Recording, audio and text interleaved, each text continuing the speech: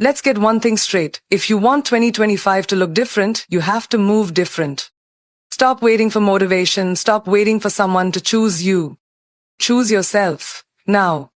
Because nothing changes until you change. And I'm telling you this with love. Do this now or stay stuck in the same cycle for the next 12 months. This is your wake-up call. Are you listening?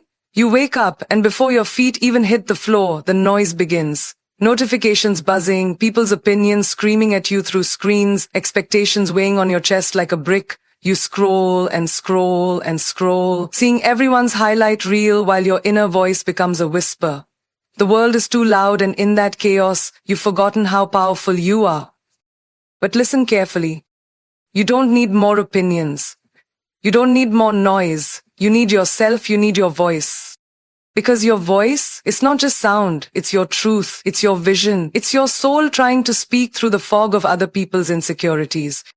Imagine this. You're in a room full of people, and every single one of them is shouting advice, judgment, expectations. One says, you should settle down. Another says, why haven't you made it yet? Someone whispers, you're not enough. And in that chaos, you freeze. Not because you don't know who you are, but because you've been trained to believe that their voices matter more than yours.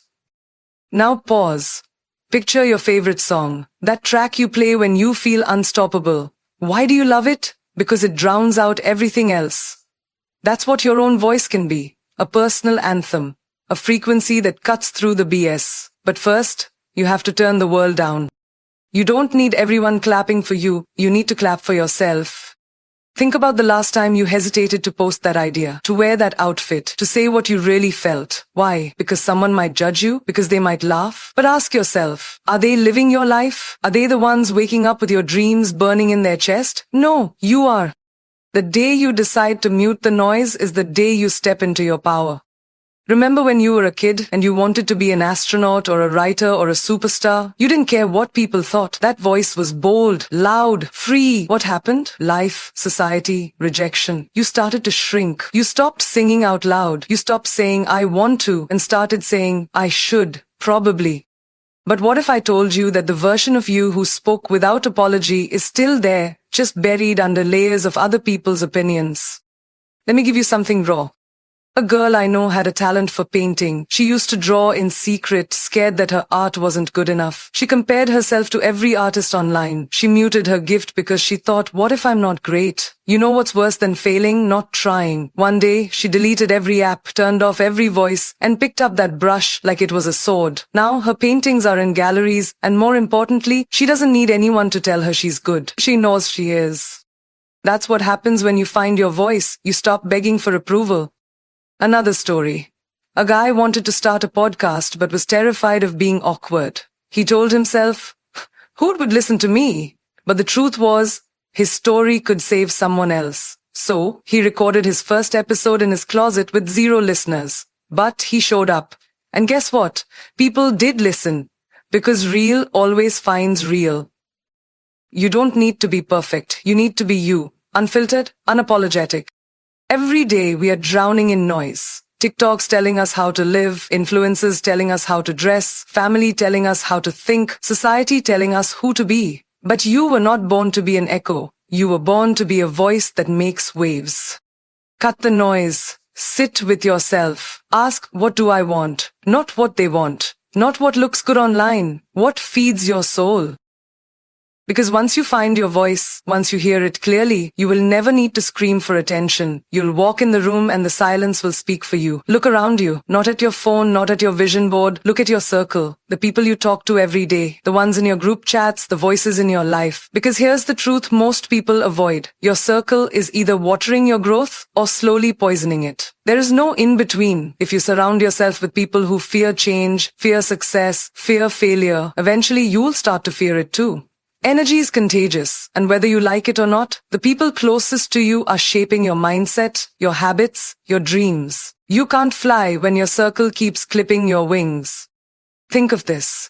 There's a girl who wants to start her own business. She's full of ideas, fire, vision, but every time she mentions it to her friends, they roll their eyes. Why not just get a stable job? That's too risky. What if it doesn't work? Slowly, without even realizing it, she starts shrinking her dreams to fit their comfort zone. Not because she stopped believing, but because she was too afraid to outgrow the people she loved.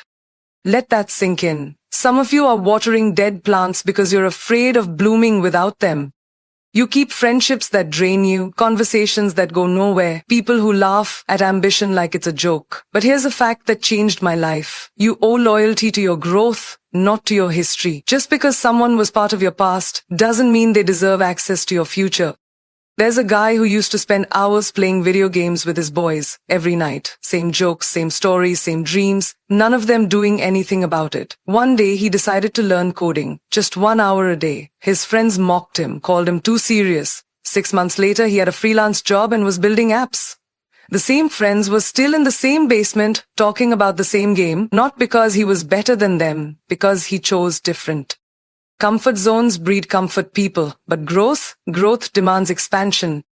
If you're always the smartest one in the room, you're in the wrong room. You need people who challenge you, friends who hold you accountable, people who call you out when you're lazy, not just laugh it off. You need that girl who wakes up at 5 a.m., meditates, journals, and says, let's do better. You need that guy who sends you job opportunities, not just memes. You need voices that remind you of who you're becoming, not just who you used to be. There's a woman who was stuck in a toxic cycle. Her so-called best friend gossiped, complained, and normalized chaos, until one day she sat down and asked herself, when I leave these conversations, do I feel lighter or heavier? The answer hurt, but she chose to walk away. 2 years later, she's surrounded by entrepreneurs, authors, and dreamers. Her energy shifted because her environment did. You are not too much. You're just around people who think too small. If your ideas feel crazy to your friends, you might be onto something big. But don't expect everyone to clap for your growth. Some people liked you better when you were insecure, quiet, and dependent. Why? Because your evolution makes them uncomfortable with their own stagnation. Let me give it to you raw. If your circle doesn't inspire you, it's not a circle. It's a cage. A circle should feel like a charging port, not a draining socket. You shouldn't have to dim your light so others can tolerate your shine. Real friends don't get intimidated by your success. They get inspired. They don't pull you down when you rise. They fly with you, or they cheer from the runway. You're not betraying anyone by outgrowing them. You're honoring your future. So ask yourself, who around me is pushing me forward and who's secretly pulling me back? Because your dreams are expensive and you can't afford people who make you question your worth every time you try to level up. You're waiting for the perfect time, waiting to feel ready, waiting for all the signs to align, for the fear to disappear, for confidence to just magically show up one day and whisper, now is the moment. But let me tell you something that will shatter every excuse you've been feeding yourself. That moment never comes. You don't get ready first. You start and then you grow. You move and then you figure it out. You jump and you learn how to fly on the way down. You think the people doing big things have it all together? No, they just stopped waiting. They started scared. They started uncertain. They started anyway. There's a girl I know who wanted to be a dancer, but she didn't have fancy shoes, didn't have the training, didn't even have a studio. All she had was passion and a cracked mirror in her bedroom. While others waited to afford lessons, she danced barefoot in her room for an hour every day. She posted her videos, shaky and raw. Today, she's choreographing music videos for artists who once ignored her, not because she was ready, but because she refused to keep waiting. If you keep saying, I'll start when I'm ready, what you're really saying is, I'll start never. Do you think that best-selling author was ready? Their first draft was trash. They wrote with doubt in their veins. They questioned every word, but they wrote it anyway, because action births momentum. Confidence doesn't come before the act, it grows from it. A guy I met had an idea for a clothing line. He kept sketching designs, dreaming, talking about it to anyone who would listen. But he didn't launch. He kept saying, not yet. I need more money, more followers, better equipment. One day, his friend looked him dead in the eye and said, bro, you don't need a brand. You need balls. Brutal, maybe, but real. That night, he printed 10 shirts using his rent money, sold them in 24 hours. That was 2 years ago. Now he ships worldwide. Your dream is waiting for you to believe in it enough, to move before you're ready. We've been trained to think we need a degree, a certification, an official stamp of approval before we take action. But life doesn't wait for your diploma. Success doesn't need your permission slip. You don't have to be qualified. You have to be hungry. You have to be willing to look foolish, to stumble, to fail in public. Let me say this loud for the people in the back. Perfection is the enemy of progress. There's a woman who wanted to start a podcast. She hated her voice, she didn't know how to edit, she barely knew how to use a mic. But the fire inside her to share her story burnt louder than her excuses. So she recorded her first episode on her phone. It was raw, messy, but it was real, and real connects. Today, she's helping thousands heal through her words, and it all started from a phone, not a studio. You don't need perfect timing, you need courage. You need to show up when it's awkward, when your hands shake, when your voice cracks. You need to say, I'm not ready, but I'm doing it anyway. That sentence alone separates the dreamers from the doers. Every successful person you admire, they were once a beginner, once unsure, once terrified. They just didn't let that stop them. They moved through the fear. They posted the cringe. They embraced being average before becoming excellent. The more you wait, the heavier the dream gets. Doubt starts to wrap itself around your ambition like chains. And soon, you're not just waiting, you're hiding. Don't let that happen. Don't let the lie of not ready rob you of what's meant for you. There's someone out there right now doing exactly what you want to do, with less talent, fewer resources, and way more courage. Everyone wants to glow up physically. New hair, new makeup, new outfits, gym selfies with motivational cap. But the glow that truly transforms your life? It doesn't come from abs or angles. It starts in your mind. The real glow up begins when you detox your thoughts, declutter your beliefs, and discipline your inner world. Because if your mindset is still messy, no makeover will ever mask that. You can wear designer clothes, but if you still carry insecurities in your mind, you'll shrink in every room. You can post glamorous pictures, but if you're still comparing yourself to others in secret, you're not glowing, you're just distracting. And here's the raw truth. You can't fix a tired soul with a new outfit. There's a girl who used to obsess over her looks. Hair always perfect, nails done, gym 6 times a week. On Instagram, she was goals. But in her mind, she couldn't sleep without replaying old arguments. She was haunted by past rejections, crippled by fear of judgment, and addicted to validation. One day, she sat down with herself and said, "What's the point of looking like I've healed if I'm still bleeding inside?" That moment changed everything. She went to therapy, started journaling, meditated every morning. Her face didn't change, but her energy did. She stopped chasing applause, and suddenly her beauty wasn't just seen, it was felt. Mental glow up is about removing the noise, not just adding sparkle. Think about this. You walk into a room. You don't speak, you don't pose, you don't brag, but heads turn. Why? Because healed energy is louder than 1,000 words. Confidence, built from self-awareness, peace, and clarity, radiates stronger than any highlight on your cheekbones. There's a man who used to live in chaos, drama, gossip, overthinking, lashing out. His emotional world was a storm. Then one day he realized, I can't keep blaming the weather when I'm the one causing the clouds. He stopped texting back toxic people, started reading instead of scrolling. He learned how to respond instead of react. That mental shift, it made him glow, not because he became perfect, but because he became stable. And that stability is sexy, that peace is magnetic.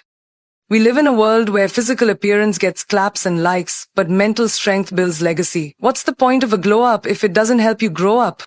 Ask yourself, what kind of thoughts dominate your day? Are you speaking life over yourself or tearing yourself down with every silent sentence? Your mind is your personal kingdom, and if the ruler within is insecure, anxious, bitter, then every room you enter, you'll feel less no matter how polished you look. There's a woman I admire who spent a whole year off social media. No likes, no filters, no audience. Just her, a vision board, and her reflection. She said, I didn't need followers, I needed clarity. That year, she started healing from trauma, rewiring old patterns, and mastering her boundaries. When she came back online, she didn't just glow. She glowed with purpose. Because this time, she wasn't performing, she was just being. Let's be honest. Everyone can look good for a moment, but glowing up mentally, that's what makes it last. That's what makes it real. Because mental strength is what keeps you walking tall when life tries to break you. It's what keeps you grounded when people praise or criticize. It's what makes you unstoppable, not because everything's easy, but because you've trained your mind to handle it all with grace. And don't forget, healing doesn't always look glamorous. Sometimes glowing up mentally means crying through the journaling, cutting off people you never thought you'd leave, sitting in silence when the world demands noise, choosing discipline over distractions. It means doing the hard work in private so you can shine in peace, not in pieces. Your past isn't a prison unless you keep revisiting it like it still owns you. The truth is, we all have scars, mistakes, heartbreaks, wrong turns, and wounds that never got an apology. But here's the thing, healing isn't about pretending it didn't happen. Healing is about standing over the wreckage and saying, yes, that broke me, but it doesn't define me. You can't glow up while dragging the weight of what hurt you. You have to make peace with your past. Then bury it like it no longer has the power to resurrect itself every time you doubt your worth. There's a woman who spent years holding on to what her ex did to her. Cheated, manipulated, made her feel like she wasn't enough. Even after he left, his voice lived in her head. She'd dress nice, but still hear, you'll never be her. She'd do well at work, but doubt herself every step. Until one night she broke down in her car, screaming, why do I still let a broken boy control a whole woman's life? That night she wrote a letter. Not for him, but for herself. She wrote everything she wished she could say. Then she burned it. Symbolic, yes, but powerful beyond words. That fire didn't just burn paper, it freed her. Because making peace with your past doesn't mean you forget it. It means you stop letting it hold your future hostage. Think of your past like an old movie you've watched 100 times. You know every scene. You know how it ends. Watching it again won't change the plot, so why keep pressing play on a story that no longer serves your evolution? Why replay trauma like it's entertainment?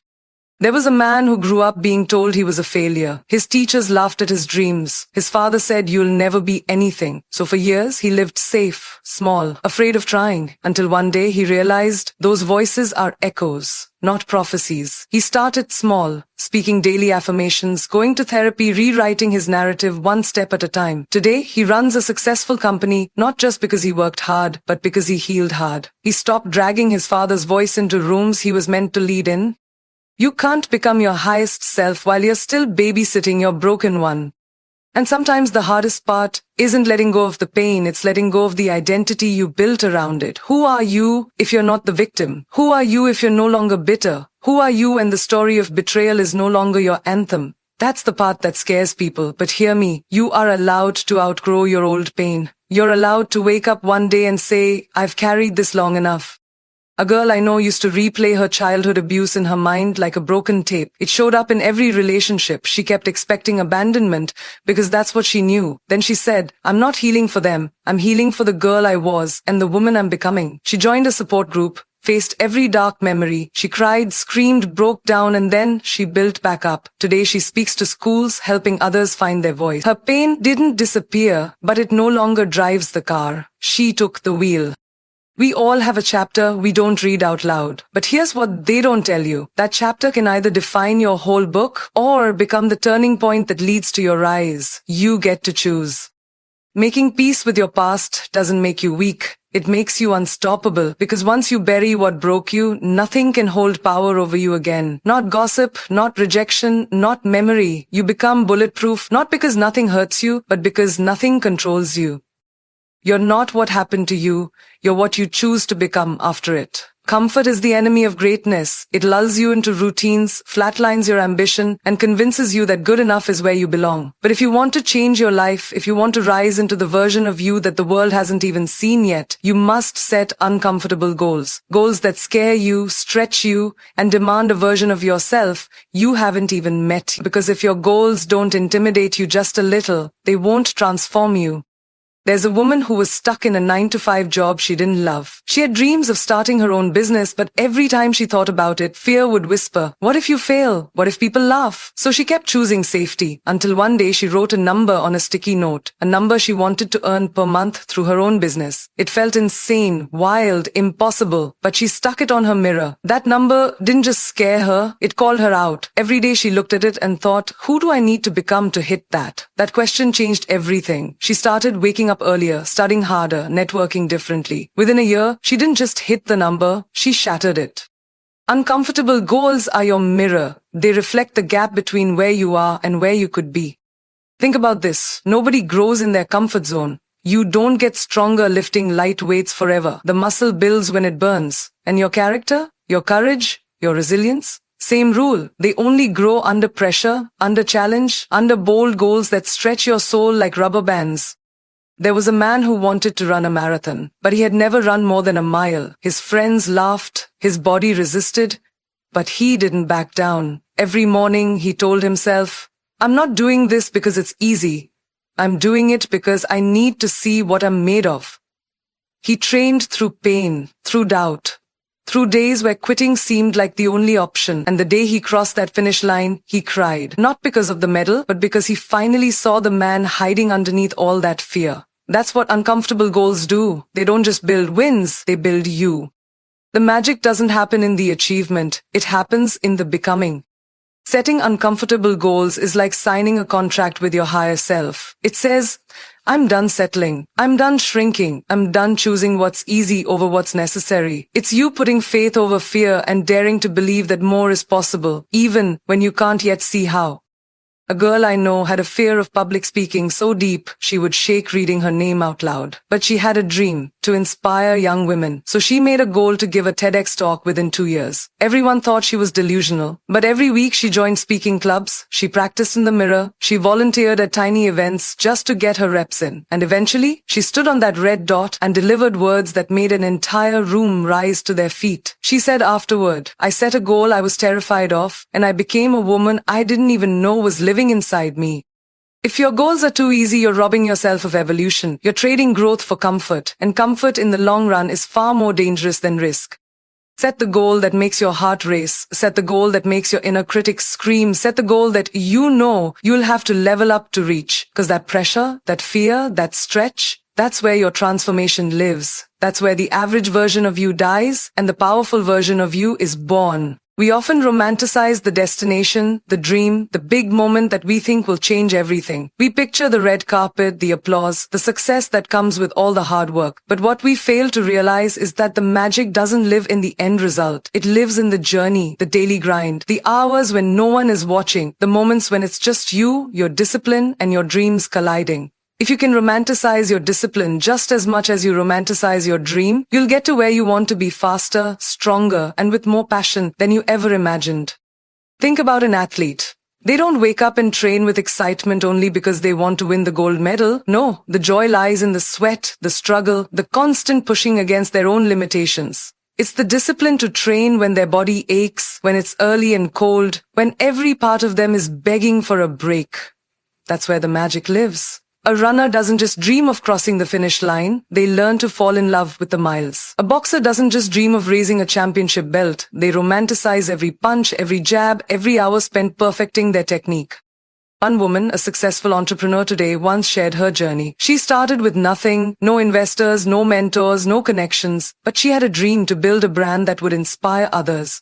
It wasn't the glitz and glamour of being a CEO that she romanticized. It was the 5 a.m. mornings, the countless emails, the endless meetings that no one saw. She romanticized the grind. Every day, she found joy in her discipline, in pushing herself a little harder, in showing up even when the dream seemed distant. The dream didn't come easy, but her love for the process made every setback feel like a small lesson. Now, when people see her name in lights, they forget the sleepless nights and the battles fought in silence. But she knows the truth. Success is a love affair with the grind, not just the finish line.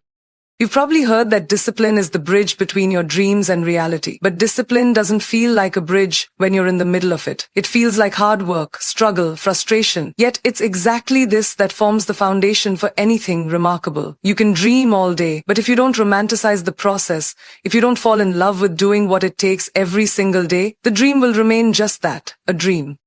There's another story of a writer who spent years building a career. She would write every morning before the sun came up. Some days the words flowed like a river. Other days she would stare at the blank page wondering why she even bothered. But she romanticized the act of writing. The process itself became the reward. She didn't wait for the book deal to be happy. She found joy in each sentence, in every word, and in the endless revisions. That's the kind of discipline that turns ordinary lives into extraordinary ones. She romanticized the struggle, the failures, the grind, and when her book finally hit the shelves, it wasn't just the success she celebrated. She celebrated the years of discipline that made her ready for it. Romanticizing discipline isn't about falling in love with perfection. It's about understanding that the journey is just as beautiful as the destination. There's a musician who practices for hours every single day. He doesn't practice because he expects to be famous one day. He practices because every note, every chord is a step closer to mastery. He romanticizes the process of learning, of improving, of playing the same song over and over until it feels like magic. For him, the music isn't just a career. It's an art form that he's honored to show up for every day. When you romanticize your discipline, you don't see the work as a chore. You see it as part of your evolution, your personal transformation. It becomes an act of self-love, an investment in yourself that no one else can take away. You start to see the daily grind as a privilege, not a punishment. You start to understand that the dream you're chasing will only be as big as the love you put into the process that gets you there. It's not about waiting for the reward. It's about finding joy in the journey itself.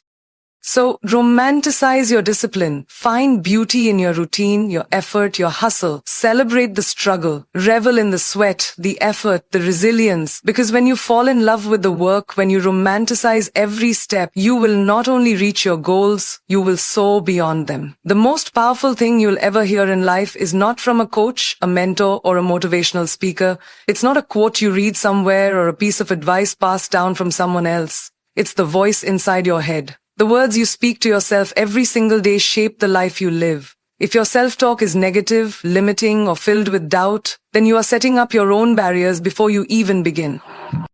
You are not your doubt. You are not the thoughts that tell you you're not enough. Those whispers that echo in your mind, they are not truth. They are simply voices you've allowed to grow louder than your belief in yourself. Your doubt is just an obstacle in your own head. But what if you could rewrite that self-talk? What if you could change the narrative, the way you speak to yourself, the way you view your potential? The power of that shift is nothing short of transformative.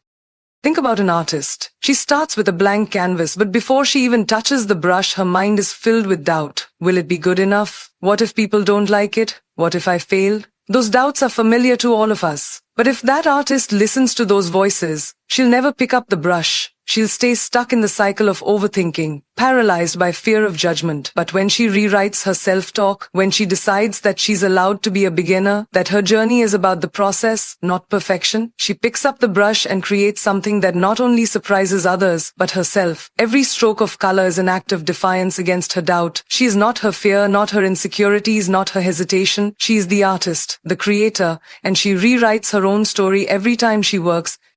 We all have that voice, don't we? It shows up when you're about to take a leap, whether it's applying for a job you're not sure you can get, asking for a raise, or even speaking in front of a crowd. It tells you, you're not good enough. Who do you think you are? Someone else can do it better? The problem is, we start to believe it. We begin to internalize that doubt as a part of us. But it's not the truth. It's just a story you've been telling yourself for far too long. There was a young man who always dreamed of becoming a public speaker. But every time he stood in front of a crowd, his hands shook, his voice faltered, and his mind raced with doubt. What if I mess up? What if they think I'm foolish? He could have let those thoughts define him, let them determine his actions. But one day he made a decision. He stopped identifying with his fear. He realized that his doubt wasn't a reflection of his ability, it was just a passing thought.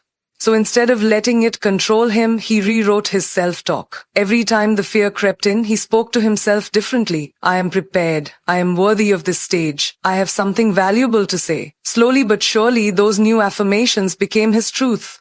He stepped onto stages with confidence, and every time he grew stronger, until the doubt was no longer a part of the conversation. He rewrote the script in his mind, and in doing so, he became the speaker he had always dreamed of being.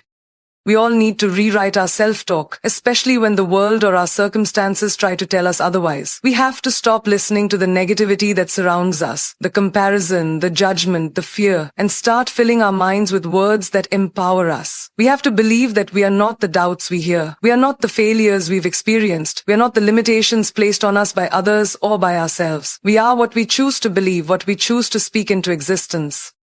When you change the way you talk to yourself, you change the way you show up in the world. Instead of holding back because of fear, you step forward with courage. Instead of doubting your abilities, you trust in your potential. You stop waiting for validation from others and start validating yourself. The process isn't easy, but it's simple. Every time doubt creeps in, every time that voice whispers, "You can't," counter it with "I can." Every time it tells you you're not good enough, respond with "I am more than enough." Your self-talk is the foundation of everything you do. It's time to rewrite the story. It's time to stop believing the lies you've been telling yourself. Because you are not your doubt, you are not your fears, you are the one who has the power to create your own narrative and live out the story you've always dreamed of. Now, let's take a moment to pause and reflect. All those doubts you've been holding on to, all the fears that have been keeping you stuck, can you feel them starting to fade away? The only thing standing between you and your dreams is the story you've been telling yourself. If you can change that story, if you can rewrite the narrative of your life, you will unlock doors you never knew existed. The truth is, the world is full of people who never reach their potential simply because they stop believing in themselves. They let the doubts win. But I'm here to tell you, you are not those doubts. You are more than the challenges you face. You are more than the limitations you've been taught to accept. When you take the time to rewrite your self-talk, you begin to tap into a power that is limitless. Your words have the ability to shape your reality. The way you speak to yourself, the way you think about yourself, can change everything. I want you to remember this. Success isn't about being perfect, it's about being persistent. Success is about showing up when it's hard, doing the work even when you don't feel like it, and believing in yourself when no one else does. The only limit to your impact is your imagination and commitment. You have everything you need inside of you. The greatness you seek is already within you, just waiting to be unleashed. And the key to unlocking it? It's all in how you talk to yourself. Think about this for a moment. What would happen if you stopped doubting your ability to succeed? What would happen if you woke up every day with the mindset that today you are going to crush your goals? What if you treated your fears like the illusions they are and stepped into the person you know you are meant to become? I can promise you this, the world would change in ways you cannot even imagine. Your potential is not defined by the obstacles in front of you, nor is it limited by your past. The past is not a prophecy of your future. The future you want is waiting for you, but it requires you to take ownership of your story. It requires you to become the hero of your own narrative. Your dreams are not out of reach. They are simply waiting for you to reach for them. I want you to understand one thing very clearly. You are not your failures. You are not the mistakes you've made. Every successful person you look up to, every person who has achieved greatness in any field, has faced the same doubts, the same fears, the same setbacks. But the difference is, they didn't let those things define them. They didn't let their self-talk keep them from pushing forward. They believed in their ability to rise, to learn, and to keep moving forward. And so can you. If you're not willing to risk the usual, you'll have to settle for the ordinary. You are capable of far more than you think. The only thing standing in your way is the belief that you can't do it. Change that belief. Shift that mindset. You are not your doubt. You are your resilience. You are your effort. You are your potential. I want you to leave here today with a new perspective. You are not your past mistakes, your setbacks, or your failures. You are a force, a unique, unrepeatable person with something extraordinary to offer the world. Every obstacle you've faced has been a lesson. Every challenge has shaped you into someone stronger, wiser, and more resilient than you were before. The difference between those who succeed and those who don't isn't talent, it's tenacity. Now it's time to step into your greatness. It's time to silence the doubts. It's time to rewrite your story. Do not wait for permission to be great. The world needs your voice, your talent, your uniqueness. The path ahead may not always be easy, but I promise you this. The moment you change the way you speak to yourself, the moment you start believing in your limitless potential, you will begin to see the world through a new lens. And in that new perspective, everything will be possible. So go ahead, rewrite your self-talk, change your story, and watch how the world changes around you. Because once you do, there's no stopping you. You will break through every barrier, defy every limitation, and achieve everything you've ever dreamed of. Believe in yourself, and the universe will conspire to help you achieve the impossible. Your time is now, and it is time for you to rise.